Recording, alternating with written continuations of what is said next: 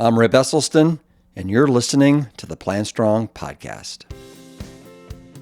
What if your next meal could change a life, starting with your own? Today, you're going to meet Chef Kevin McGee, who traded investment banking for plant-based cooking to improve the health of his family and his community.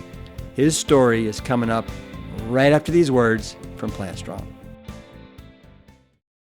I am thrilled to share that Plantstrong is now a platinum partner of the American College of Lifestyle Medicine, that's ACLM, and it's a powerful step forward in our mission to reach as many people as possible with the life-changing benefits of adopting a whole food, plant-based lifestyle. This includes the healthcare providers who serve on the front lines of chronic disease every single day. It's also why we're so excited to announce that our November Plantstrong retreat in Black Mountain, North Carolina will offer continuing education credits for licensed providers. It's an incredible opportunity to recharge personally and professionally while learning how to prescribe and apply nutrition as the ultimate defense against chronic disease. Together with ACLM and our passionate community, we're creating a future where food is foundational and plants are the prescription. Visit plantstrong.com to get more information about our events. More great news, my Plantstrong cousins. We have a seasonal summer sale that's taking place at plantstrong.com. You can save 50% on 2 packs of our skillet burger mixes while supplies last. I reach for these over and over again because firstly, everyone in the family loves them, and secondly, they throw together so quickly. By the time I'm done getting the condiments out of the fridge and slicing up my tomatoes, onions, and avocados, they are done. And if you've been disappointed by the ingredients on the back of plant-based burger packages, these whole ingredient burgers are going to make you very happy. Plus, they're certified gluten-free. So don't miss out on your chance to save 50% on burger 2 packs. Your summer menu has never been this simple. One of my favorite things about the Plantstrong podcast is getting to highlight and celebrate the people who are living proof that your plate has the power to transform your health, your community, and the planet. My guest today is someone who is doing just that and then some. Chef Kevin McGee, he's not just a master of plant-based flavor. He's a food justice warrior, a teacher, a visionary, and the beating heart behind the Urban Oak Initiative. For over 25 years, Kevin has been walking the Plantstrong path, but his journey to the kitchen wasn't a straight line. He started out in the high-stakes world of investment banking, but it was his deep-rooted family values like compassion, connection, and culture that ultimately pulled him towards his true calling, empowering others through food. In this conversation, we talk about everything from Kevin's Missouri upbringing and his grandmother's soulful influence to the powerful programs that he's built, like Kids Can Cook and Plants Over Pills, that are making plant-based living accessible, joyful, and deeply relevant to the underserved communities. And you're going to hear a very personal story, how Kevin's daughter's battle with cancer became a turning point in his life, igniting a new level of purpose that fuels everything that he does today. This episode is a masterclass in how food can nourish not just our bodies, but our spirits and communities as well. So grab a seat at the table. Chef Kevin is serving up something truly special. Chef Kevin McGee, welcome to the Plantstrong podcast. It's a pleasure to have you. Hey, it is awesome to be here, Rip. Good to meet you. Nice to meet you. So if I'm not mistaken, you, my man, have been plant-based for around 25 years. Is that right? Yes, we have. You know, we've had some falling off the wagon here or there, but you know, we got back on, and so now we're 100% plant-based, and advocating for plant-based eating as well 100% of the time. I know you are, and I can't wait to dive in and hear all about the advocacy work that you guys are doing. Now, when you say we, who's we? Is that your family? What is that? So we would be, in this instance, we would be Urban Oak Initiative that does the advocacy. That's a nonprofit that my grandmother started many, many years ago. Yeah. Well, and she and your mother and you, amazing people, and we're going to dive into that. Before we do, though, I'd love to know so where am I talking to you right now? What city are you in? So right now, I'm actually in Athens, Georgia. I live in Atlanta, Georgia, but at this moment, I'm in Athens, Georgia at a what they call a Flavor of the South. So it's like a value-added food producers conference. So I'm also in work mode as soon as I jump off the call here. Right. What are you going to be doing there? So we have a program that we run with the nonprofit where we work with aspiring plant-based food entrepreneurs. These are individuals who make things like jams and jellies and sauces, and so we're helping them bring their products to market. So this particular event is like a marketing event for several product companies across Georgia that may or may not be plant-based, but we're trying to bring them here to get some additional information so that we could kind of have their plant-based products on the shelves now alongside everyone else's. Right. So I'd love to dive into some of your background. Yep. You grew up in Missouri? Yeah. Middle of Missouri, middle of somewhere. So a big agriculture town. So what they would call the heartland of Missouri. So you can imagine just thousands of acres of just flat fields. And they grow a lot of the agribusiness crops, soybeans, flax, rice, a lot of things, like we're talking barges, taking out the grains and things like that. So very, very heavy agribusiness country. So I grew up in a very agricultural background. Wow. And what did your parents do for, to make money? Were you guys average, poor, rich? Yeah. How were you guys? Definitely rich in spirit, rich in spirit, rich in values. But definitely, most people in that part of the country, a lot of your rural areas, do struggle from, lack of resources, poverty, things like that. My mother went to law school and was a state legislator for many years. My father worked for the school system down there. Now he's retired and does his own thing. So, they were able to make, some great decisions. And I ultimately, relocated from there. We left Missouri, a small town in Missouri, moved to Kansas City, Missouri. And that's where I spent most of my young adult years. Right. Mm-hmm. And so did you go to college? Oh, definitely. Yeah. So I came to Atlanta. I found my way to Atlanta by way of Morehouse College. So I went to Morehouse. I majored in banking and finance. I was going to be a Wall Street Raider at that time. I think that was the early 90s. So that was the Greed is Good, Wall Street movies, those types of things. So I wanted to be a financier, or so I thought. Spent a little time in the investment banking area on Wall Street and quickly found out that some of my core values of, honesty, love, connection, compassion didn't necessarily align too much with investment banking at that time. So quickly made a pivot myself and ended up in the hospitality industry and started down this path of becoming a hospitality professional. Ultimately became a certified executive chef, owned a number of restaurants and catering facilities. And now I've transitioned over to still maintaining that chef role, but now we educate people in the community and provide plant-based foods as a way to help them address things like, health equity, food disparities, and health issues as well. Well, you just said a lot there in a very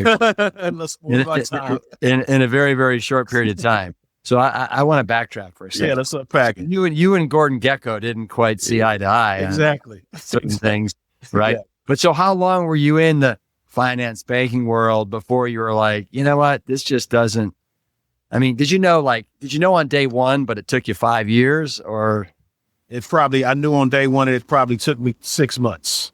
I'm not one to stay in a place where I don't really find myself resonating or aligning with. So I made a quick move out of there.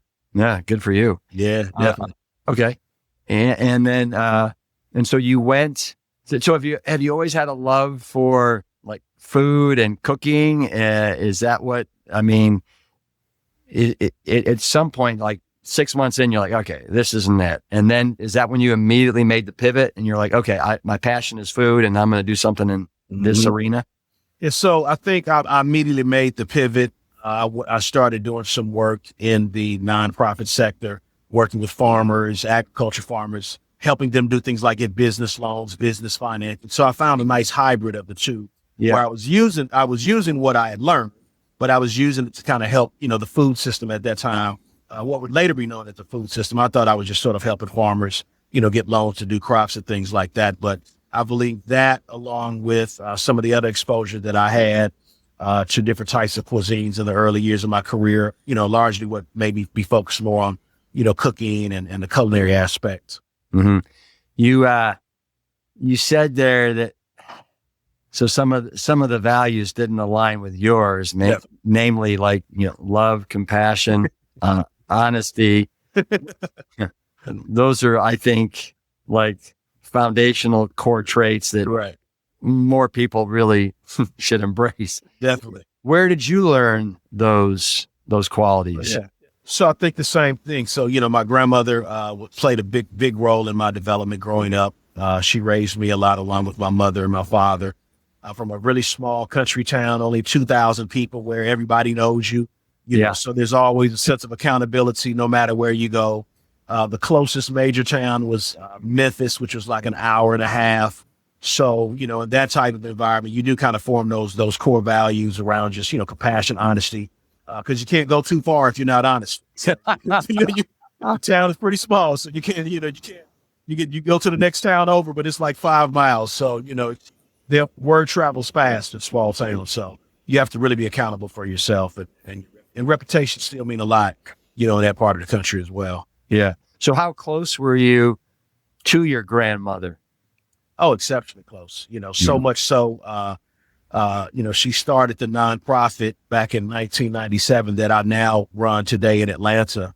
And so, a very major influence in my life. And I think, looking back on it, one of the major influences was around food. While she was not plant-based, that was a foreign term to her, 40, 50 years ago. Our table was always fresh greens out the garden, beans, peas, everything had some freshly sliced tomatoes, cucumbers, things like that. Maybe a small piece of meat as seasoning or something like that, but never, ever, meat heavy. I remember distinctly, even when we would go to the hamburger stand, 50 something years ago, she would say, "Hey, make sure you get extra lettuce and tomato on there." That was kind of her version, of making sure you get, it was all, emphasis was always on, adding more vegetables to the plate. So I thank her for that. And I think that's kind of what started me in this past so many years ago. Yeah. Well, and her name, because I love her name, Robbie. Right? Yes. Robbie Towns. Yeah. And it sounds like she started that nonprofit originally to kind of help provide emergency assistance to families that were, going through some really, really hard times. I mean, what kind of a person starts a nonprofit for people that are, very, very special people? Definitely. And so I think that speaks volumes about, who she was as a human being. Thank you for that. Yeah. Yeah. And then obviously it sounds like your mom, her daughter, was able to carry that torch. And as you said, was in the legislature, and pretty amazing in her own right. If I'm not mistaken here, or maybe you can tell me, like, she carried that torch with the nonprofit. And what were some of the initiatives that she started in the town you grew up in? Mm-hmm.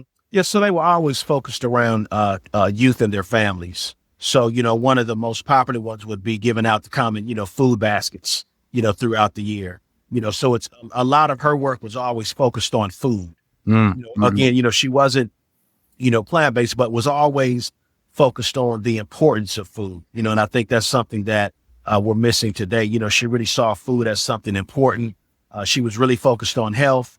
She quickly said, "Hey, you're looking a little, you look like you might be putting on a couple pounds, and it wasn't with the body shaming type of thing that we hear about today. It was just her way of saying, "Hey, I'm observing that, maybe you're not eating well, or maybe you're eating too much processed stuff, or too much cookies, candies, or cake." But she's always been very focused on, food and health. All right. So 25 plus years ago, you kind of went down the plant-based path. Was there a trigger for you that kind of got you thinking, maybe I don't need all this meat and dairy?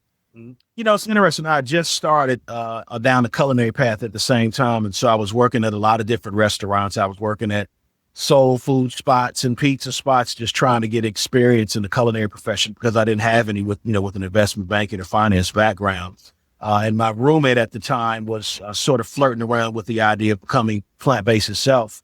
And he brought home some different meat substitutes and some spaghettis and some different things. Being a chef, aspiring chef and foodie, I just loved any type of food, vegetables, non-vegetables. And I tasted it and I was like, texture was kind of different, intriguing. I was like, oh, this is kind of interesting. It tasted pretty good. And so literally that was the thing that started me on this path. And probably within, I'd say maybe 2 or 3 months of sampling that food, I went from eating, pretty much, everything in terms of meat.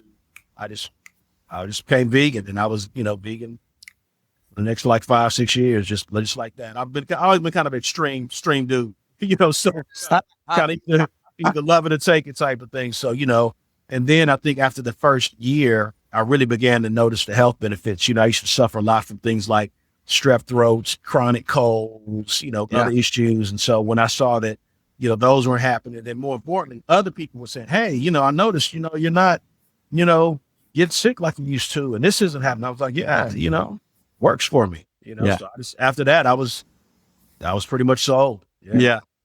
Well, and the fact that, your values are rooted, it sounds like, in, love, compassion, definitely, honesty. I can't think of a better lifestyle to basically align that with than being, vegan / plant-based. Definitely. Perfect. I'd agree totally, Rip. Totally. Yeah. And I love the fact that you're extreme. I mean, I love extreme people, right? People that like to sink their teeth into things and they don't take the average path. I love extremes. Yeah. Got to take the extreme, got to take your chef's philosophy. I went to your website and it basically says eat period, live period, love period. Can you just tell me a little bit about each one of those? I think eating is always first, right? Even, when we first come out the womb, we're crying primarily, one, because we may have got smacked on the back, but we're hungry. You know what I'm saying? Like, that's kind of the first thing, we want to eat as soon as we get out. So I think, eating is one of the most important things that we can do. Eating, it creates our cells, the cells create the organs and the tissue. So, eating is always first. And I think, how you eat determines largely how you live, right? And your quality of life, your ability to live. And then that ability to live and how much you live, ultimately, I think correlates to how much you end up loving other people, right? So a lot of people, not a lot, well, some people who are maybe suffering from illnesses. I know some people in my family and other people that I know that tend to suffer from illnesses. Sometimes they're not the most loving people, sometimes, it's probably hard when you're in pain. Yeah. When you're exactly. When you're in pain, it's hard to really kind of be expressive of how you're feeling or smiling or happy. If you're in a great amount of pain. I had a friend of mine, I was on a board, I was chair of a board, and every time I got on the call, he was just always on my behind, like always an issue.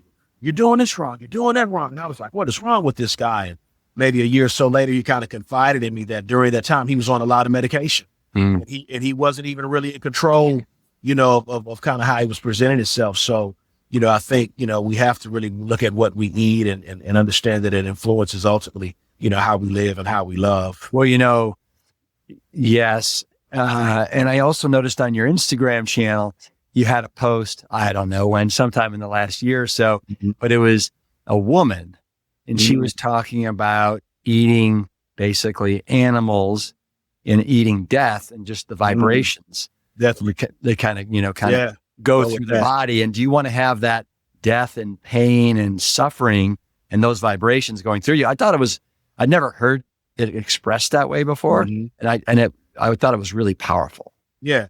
Yeah. I think, it's interesting. I'm also, I do some yoga. So I'm a little yogi as well, kind of goes with the whole plant-based vibe. You got to take, like I said, hey, it's all or nothing, Rip, so I'm either going to go all the way over here, tree hugger, I'm going to be over here. But I think, part of that is, science is science, right? Everything is vibrating, right? That is a law. You can't really deny that. So that means that everything is vibrating, until it's dead, right? So I think, eating more living things and things that are really going to promote health and life are better. I'm not a judgmental plant-based person or vegan person. I let everyone find their own path, but I do think if you kind of look at it, you definitely, you feel better when you eat things that are better for you, that are living things and promotes life in your body. And, you look better, sound better. I mean, everything's just better when you eat living foods, so I can't really explain it no more. Yeah, no. Amen. Amen.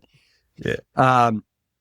In 2015, your 12-year-old daughter was diagnosed with a form of kidney cancer. And you say that through this experience, you discovered who you really were. I'd love to hear more about that. Yeah. Very,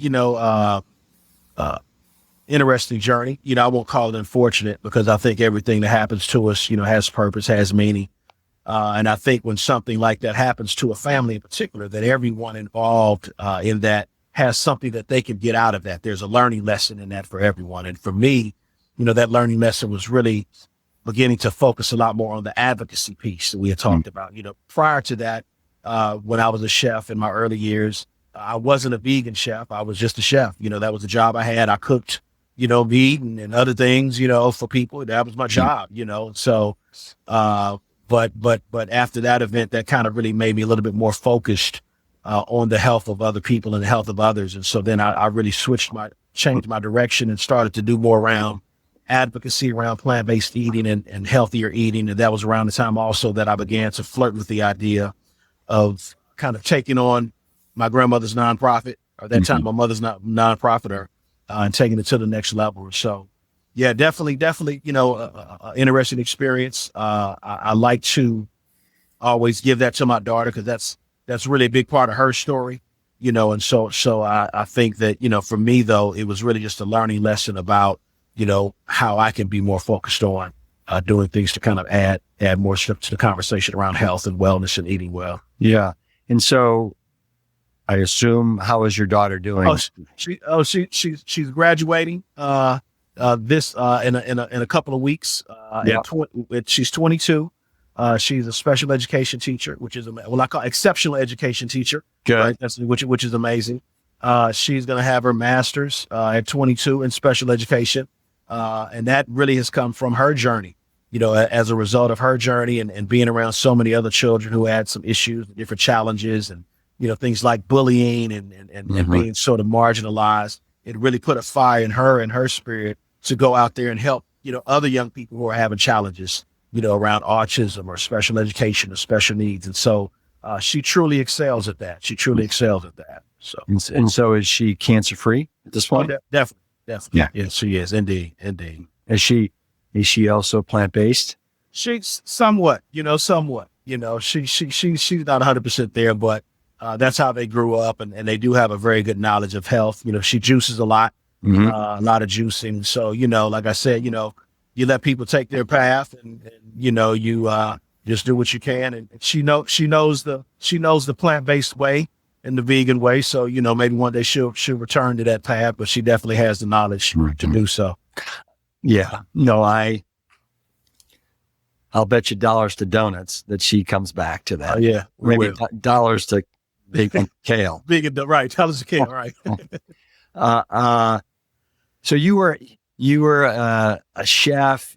You cooked with everything imaginable, and now you're pretty much, when you cook, it's exclusively plants.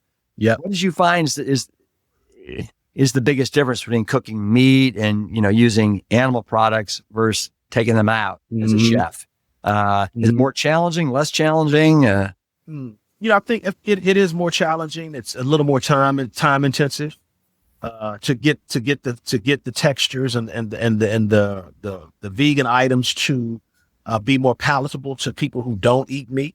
Yeah. I think my one of my goals is, you obviously want to create things for people who are plant-based, but I think my goal, and I maybe say even part of your goal too, is to convert people, to kind of get people to come over to this side. And so in order for them to do that, the food does have to taste good. It has to taste good. It has to have the same texture, the flavor profiles and things like that. And so in order to get it to that, it's a little bit more work. I'll give you kind of a specific example. So, dealing with, vegan proteins, whether it's tofu or jackfruit or, whole foods, zucchini, squash, typically in cooking with meat-based proteins, we're trying to put more moisture in, right? So you're trying to do stuff to keep the chicken moist. You're trying to keep the beef moist, right? Because it'll dry out. Yeah. With plant-based food, it's the reverse in terms of texture. You're trying to pull moisture out of the tofu so that it's a little hard to chew. And you're trying to pull the moisture out of the jackfruit so that it chews a little bit tougher. It has, that kind of bite that people want. So I think that's probably the biggest change, is just working with the textures and the flavor profiles. But once you get the texture down, as you know, flavor is flavor, whether it's on tofu or a piece of chicken or, a piece of tempeh or, or even kale, flavor is flavor, but we have to get that texture right. It's really interesting. So the way you describe that, I've never heard that described that way before. With the meat and the animal products, you're always basically trying to make sure it doesn't get too dry, right? Yeah. With the plant-based products, you're basically trying to many times dry it out. And to me, the best example that I can think of is like mushrooms. Like I'm really not a huge fan of portobello mushrooms or mushrooms in general. Me either. but when you can like really get the moisture out of them, and get them dried out and get the texture just right. And, I don't know if you know who Derek Sarnow is, but he's like he just loves mushrooms and cooking with mushrooms and every kind of mushroom you can. Derek Sono. What is that? Derek Sono? Derek and Chad Sarnow, they started Wicked Healthy back in the day, and I worked with them at Whole Foods, but wow, they are hardcore, plant-based chefs. I'll check them out. Yeah. But yeah, so that's really cool. And speaking of mushrooms, I'm looking forward to getting some of your mushroom burgers. I ordered a little bundle. From there, so we're gonna see. We're gonna taste out there. I got some broths. I got a few burgers. I got some other stuff, so I'm really excited. I think my order shipped today, so I'm really excited to try those out. I'm always funny story. As a chef, you're always looking for good things to eat that other people have cooked. Yeah, because you get kind of tired of cooking all your time and eating your own food all the time. So I'm excited to try those. Well, I'd love to know, so what are some of your favorite meals that you make kind of consistently? For maybe you can give me an example of something for breakfast, lunch, and dinner. So I typically don't do a lot of breakfast. I'm pretty light on breakfast. Smoothie, I keep it real simple for breakfast first meal. So I have an amazing blueberry smoothie that I do that has pretty much everything: blueberries, hemp seeds, plant-based milk, a little bit of maple syrup, sunflower seed. I mean, I just pretty much just dump everything in there with a little bit of cacao powder, and that gets me going most of the day. Lunch, I'll typically do maybe a salad. I'm a big fan of Mediterranean food, typically when I'm doing like cold dishes like salad. So I may do a salad with some falafels, some hummus, and some olives. And then for dinner, I'd probably I love Asian cuisine. Asian cuisine is very vegan friendly. Yeah. So anything Japanese, Vietnamese, Chinese, I'm a fan. So, typically do maybe a nice veggie stir fry with maybe some tofu or not, or rice or noodles. And that's pretty much it for me. I tend to keep it pretty simple. What do you prefer, tofu or tempeh? Tofu. I've never kind of gotten too much into tempeh. I just couldn't get past this. The texture of the beans just didn't. Yeah. The tempeh is kind of like love it or hate it from what I've seen with most people. Now I do like tempeh bacon. When people do a good tempeh bacon, that tends to be pretty good. But with my tofu, I dry it out a lot, so it has a pretty meaty consistency to it. You got a favorite bean? Black beans. Black beans. Yeah, black beans. I love black beans. Black beans are very good. What about, you got a favorite green leafy vegetable?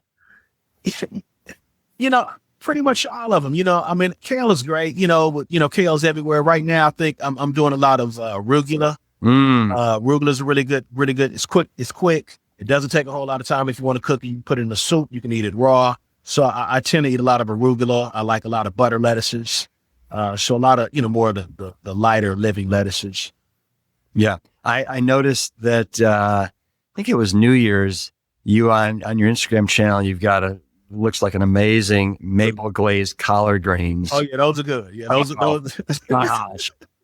Yeah, those are award winning, Rip. We might freeze some of those and ship them to you, but that's a grandmother Hanish. So my grandmother always had a pot of greens. That was kind of her thing. You know, she always had a pot of literally there was always a pot of greens and some cornbread, hot water cornbread on the stove like 24 hours a day. And so anyone that would come through, there was always at least some greens and cornbread. And so it's interesting. That's one of the staples that we do now at all of our events for Urban Oak, the nonprofit. Like at every event, there's always a pot of collard greens and some cornbread for anybody who wants to grab something to eat. So, yeah. What about black eyed peas? You like black eyed peas? Yeah, they're good. They're good. Yeah, I love black eyed peas. They're good.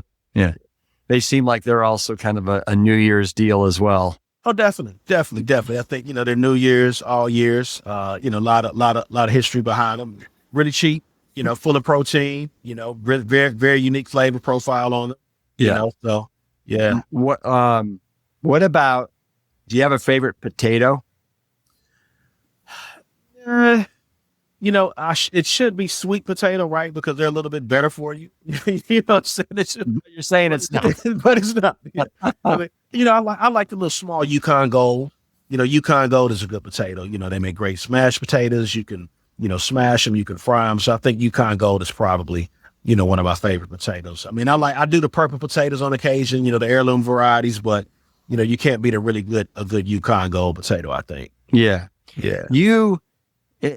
I saw that you are not a huge fan of drinking while you're eating, right? During mealtime. Yeah. And I thought that was really, really interesting what you had to say. So can you share with people that maybe tend to get bloated and some other things after eating, why you're not a fan of drinking during mealtime? Well, definitely. I think, the primary purpose when you eat is to digest the food, and the food assimilates to kind of, fuel all the functions of the body. We're not eating for pleasure. Unfortunately, sometimes that's not the ultimate purpose. So, your stomach has acids that are designed to digest your food and assimilate it. And so when you drink water or any liquid prior to eating, it dilutes the acid. And so it just kind of it takes a little bit longer for the food to digest. The longer that it sits there, it just sort of, for lack of a better words, kind of slowly ferments, and that creates the gas that's given off of the food that kind of helps in creating the bloating that you're feeling. So a lot of times, if you just take, a few minutes and maybe stop drinking 30 to 40 minutes before you eat and wait 30 to 40 minutes after you eat, a lot of that bloating will often alleviate and leave your system, and you'll have a much better experience with your food, I think. Yeah. It's so funny because back in the day, I used to date a woman from Hungary, and she said, you never want to drink while you're eating. And she told me why, and so this is the second time that I've heard that. And it's interesting because I'm always like down in the water while I'm eating. And so I think I'm going to take your message to heart and give that a try. Yeah. It's a little, I will say this though, it's a little easier, or should I say a little less damaging when you're plant-based though. Like everything's a little bit better when you're plant-based, right? So like everything that might normally affect you, if you eat meat, it's a little bit better when you're plant-based. When you're plant-based and you drink water, it's a little better because it's still getting out a lot quicker anyway, right? Because your body's still digesting that plant fiber a lot quicker than it is that meat protein. So I think you're good there. Yeah. So I recently saw that you're doing a lot with intermittent fasting. And if I'm not mistaken, did you also write a book on it? Not a book. We have a little ebook that we give away on Instagram. Okay. Yeah. So tell the plantstrong audience, what are your thoughts on intermittent fasting? Yeah. So I think, intermittent fasting and fasting in general is really, really, really good for the body. I'm not a medical professional, right? So we give the disclaimer, I'm not a medical professional, but again, we talked about digesting food. And so a lot of people don't know, but digesting food requires the most energy of your body, right? So your body spends a lot of time and a lot of energy digesting your food. So if during certain periods of time, you could give your body just a little break, it now can divert some of that energy to doing some other things like repairing some things, maybe fixing up some cells, taking care of some issues that you're having.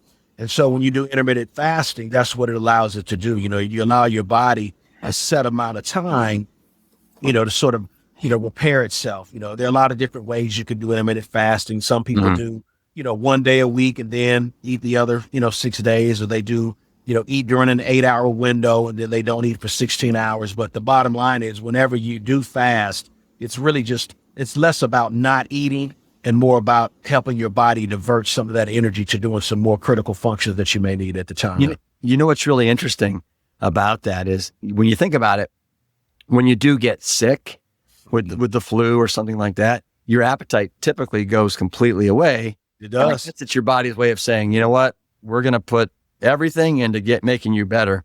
Yep. And you're not going to eat because that's going to basically interfere with that process. Definitely. And you most definitely don't want to eat some chicken noodle soup. So we'll just leave Chicken noodle soup for the soul. Yeah. Maybe some broth. Do like some veggie broth. Do something real simple, but let's hold off on the chicken noodle soup. Sure, you're 100% right. You're 100% right, babe. That is your body just saying, hey, let's use that energy elsewhere. And so you recently went on a 72-hour fast. Oh, yeah. How was that experience? That was amazing, Rep. I'd never done that before. I mean, I've done like 24-hour fast. That's no big deal, but I'd never done the 72. And, much to my surprise, after the first 2 days, the third day, my energy level was through the roof. I mean, like I was in a gym, I was bench pressing, I was curling, I had some friends. They was like, man, wow, you look great. You're like glowing, and I was really shocked myself, but I think again, it's that, that notion of, your body just had a chance to just kind of fix everything and repair it, and I didn't do a complete fast. I was drinking juice. Right. I mean, I was drinking like fruit juice. So I was still getting nutrients and vitamins and a small amount of protein, so I wasn't just, not eating anything. But yeah, it was a surprise for me. I was pleasantly surprised. First time that you've done that? It was the first time that I've done it. I'm actually getting ready to do another one, maybe in another couple of weeks. It was so successful, but yeah, it was amazing. I've never felt that much energy. My brain was a lot clearer. My inflammation, was down. So I think it's kind of back to the same thing of literally my body had 3 days to kind of fix stuff. So it didn't have to, digest food, for 3 days. So it said, hey, we don't have anything to do. I guess we'll just fix this over here and we'll fix the inflammation and we'll take care of this. Yeah, it was an amazing experience. Yeah, super interesting. Have you ever heard of True North Health Center in Santa Rosa, California? I have not. It's a water-only fasting facility, and they've been around for over 40 years. And people fast anywhere from basically 2 days to some people up to 40 days. Wow! And it's medically supervised, and you're there on at the clinic. But anyway, it's pretty darn amazing, and a lot of amazing doctors are affiliated with that. Dr. Clapper used to work there. John McDougall did some stuff there. Yeah. Dr. Doug Lyle, Dr. Alan Goldhammer, just a lot of rock stars in a lot of legends in the game. You threw out some big names there, Rick. Yep. Those are some giants. Yeah, exactly. Yeah. Exactly. So you love to say that we are what we eat. And you have an Instagram post where you show people your thumb and this horrendous break. And it looks like it looks like hamburger meat, Frank. Yeah, it's mangled. Yeah, it's mangled. Yeah, and then like a year later, it looks just as good as the other side. And I would have bet that you would have been disfigured forever. Me too. And I'm sure you're a doctor too. So can you show us both your thumbs and tell me like what you attribute that success to? So incredible. Thumbs there, they're both the same. Yeah. I definitely attribute it to diet, Rip. 100%. The break. So for those of you who don't want to see it, but if you go to the page, you can see it. But I mean, it was horrendous. Like I was scared. I was in an ambulance. I mean, the doctor, every doctor that came, I saw 3 or 4 different doctors in the span of about like 20 minutes, and everyone that came in said, "Hey, I'll be right back. Let me go get somebody." How did you break it?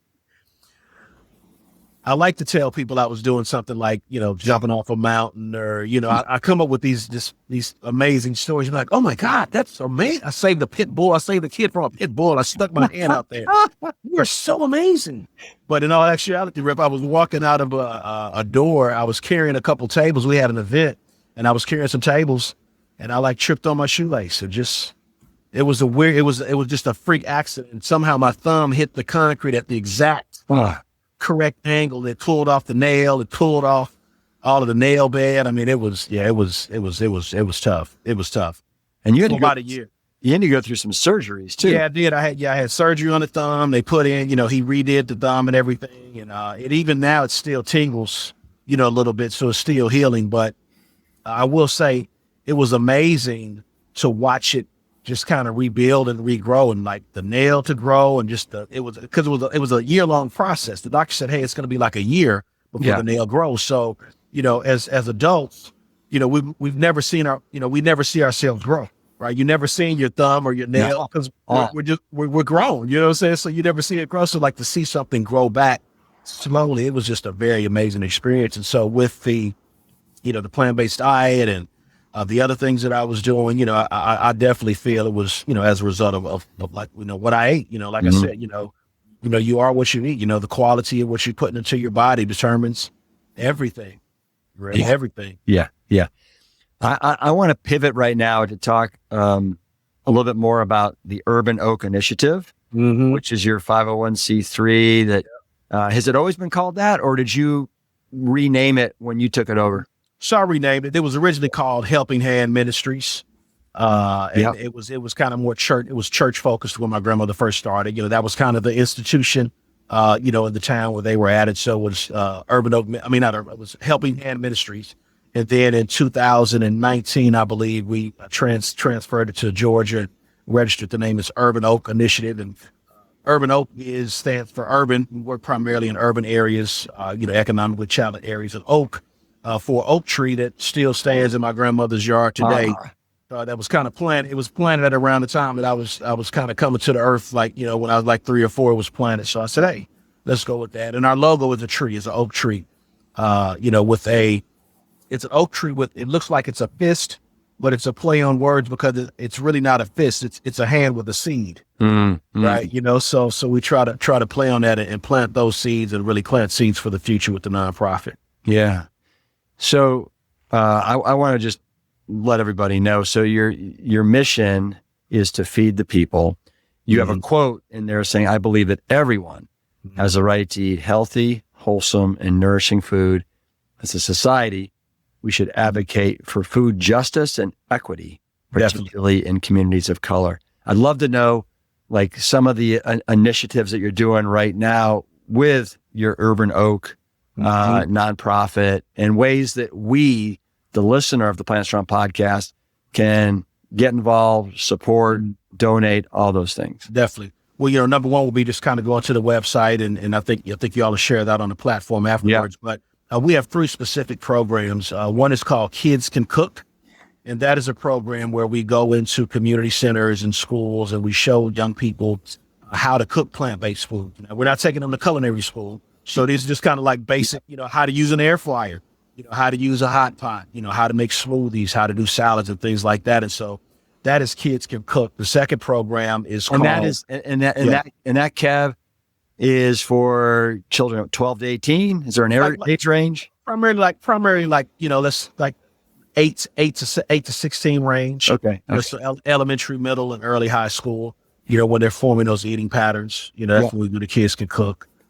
And then the second one is, we recently renamed this one, but the second one is Plants Over Pills. And that is a food as medicine initiative that we do targeted towards seniors and just kind of the community in general, where we do plant-based pop-ups, plant-based outreach, and provide information about the benefits of plant-based eating and give people a way to sample what we call culturally relevant foods. And then the last one is the Foodpreneur program that we operate in Atlanta, where we are building the nation's first 100% plant-based commercial kitchen that will serve as a place where other small plant-based businesses can come in and create their food products and then be able to sell them or give them away, throughout the community. So what we've tried to do, Rip, is create just a little ecosystem of, support for the young people with the plant-based food. The seniors are then being able to have, products and entrepreneurship around plant-based eating as well. And it's been going really, really well. And the other thing I'll say is I think, as we kind of embrace this plant-based, that term kind of culturally relevant is important, right? Because every culture eats differently. You ask me what was my favorite food, Chinese, Mediterranean, Asian, or whatever. So, I think that's one of the things, we as chefs and plant-based people can do more of is really, making things more appropriate. A lot of the people in our communities, they don't really jive too well with hummus right now. That's not a common texture profile for us, so, we have to go with the collard greens or the black eyed peas and find unique and creative ways to introduce those to people so that they like it. Because the bottom line, Rip, is, whether, if you want people to be more plant-based, people aren't going to eat food that doesn't taste good, no matter. So you all have food products. And so, if they don't taste good, the flavor has to be there, Rip. You know what I'm saying? So we try to do that in everything that we do is keep that flavor in there. Oh yeah. Otherwise you're not going to have a repeat customer. Exactly. Yeah. That's really, I love the way you've kind of broken up, the nonprofit. You got the kids can cook, you got the plants over pills for, the older people. I think your Instagram is Plants Over Pills Collective. Yep. If I'm not mistaken. Yep. And I love the way you're also kind of, the foodpreneur, I think you said, where you're creating that food kitchen, commercialized food kitchen just for plant-based. And, you're going to welcome people in there that want to be entrepreneurial and all that stuff. Definitely. What a great ecosystem. Yeah.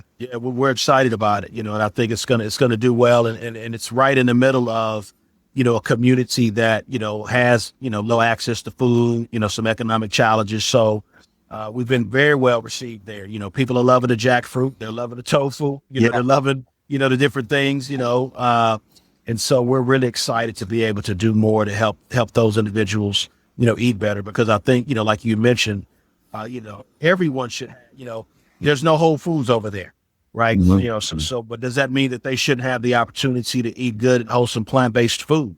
Mm-hmm. Right? Everybody, I think as kind of advocates in this plant-based space, if we're going to be real advocates, we want everybody to be able to eat, more plant-based Absolutely. food. Tell me this, because, you're really advocating, you say, for, social justice or for food justice. Mm-hmm. What have you found as far as, are they receptive to the plant-based message in the food? Or is there a stigma or something that comes with, hey, you're telling me I shouldn't be eating like animal products and meat, and hey, I'm a man, I need my protein. I can tell you in the firefighting culture, it was almost impossible to get these guys to do it. They just felt so attached, and they were so self-identified, right? Yeah, I think, it's as difficult, I think, as it might be with anyone else. I think we introduce things that are familiar, tacos, spaghettis, soul food, things like that. We just make it healthy. And so that has allowed us not have as much resistance as we normally would, because we make it palatable, and not trying to pat myself on the back, but it's good. Yeah. It's really good. Yeah. Yeah. Well, there you go. If it's good and it fills you up and it tastes delicious, what's there not to like about it, right? Yeah, definitely. Absolutely. Well, Chef Kev, I so admire kind of your journey, where you've landed, the incredible advocacy work that you're doing with Urban Oak Initiative. I would encourage everybody to go and check out the website and the great work you're doing, and to Thank you. To donate if you so feel like it. But I'm going to let you get back to your conference. But I appreciate it, Rip. Yeah, I just want you to know how much I love your work, and I consider you a Plant Strong brother. So thank you. And I appreciate you, Rip, for giving us the opportunity and me the opportunity just to share our message and our mission with everyone. You all are doing amazing work as well. And I'll definitely let you know how those samples taste when I get my Plant Strong box later on today when I get home. I'm going to try the burgers first, so I'll let you know. Absolutely. And just remember, it's 6 ounces of water. Don't go 7 or 8 because you don't want to make it watery. Don't make it too watery. Hey, Riff, I'm a chef. We don't read directions. We just throw it all in there. But I will read it this time just because you asked. I'll make sure I do it correctly. And as you, the chef, as intended, Rip. I appreciate the opportunity. Good. Hey, will you give me a virtual Plant Strong fist bump on the way out? I will. Pow, there you go. Boom. Pow. Boom. Take care, buddy. I want to give a huge shout out to Chef Kevin McGee for reminding us that food is much more than fuel. It's connection, it's culture, and it's a catalyst for change. If you were inspired by Kevin's story, visit his website at urbanoakfood.org to see how you can get involved and support his programming. Thanks, as always, for listening and supporting the show. Until next week, always keep it Plant Strong. The Plant Strong podcast team includes Carrie Barrett, Lori Kordowich, and Amy Mackey. If you like what you hear, do us a favor and share the show with your friends and loved ones. You can always leave a 5-star rating and review on Apple Podcasts or Spotify. And while you're there, make sure to hit that follow button so that you never miss an episode. As always, this and every episode is dedicated to my parents, Dr. Caldwell B. Esselstyn Jr. and Ann Cryle Esselstyn. Thanks so much for listening.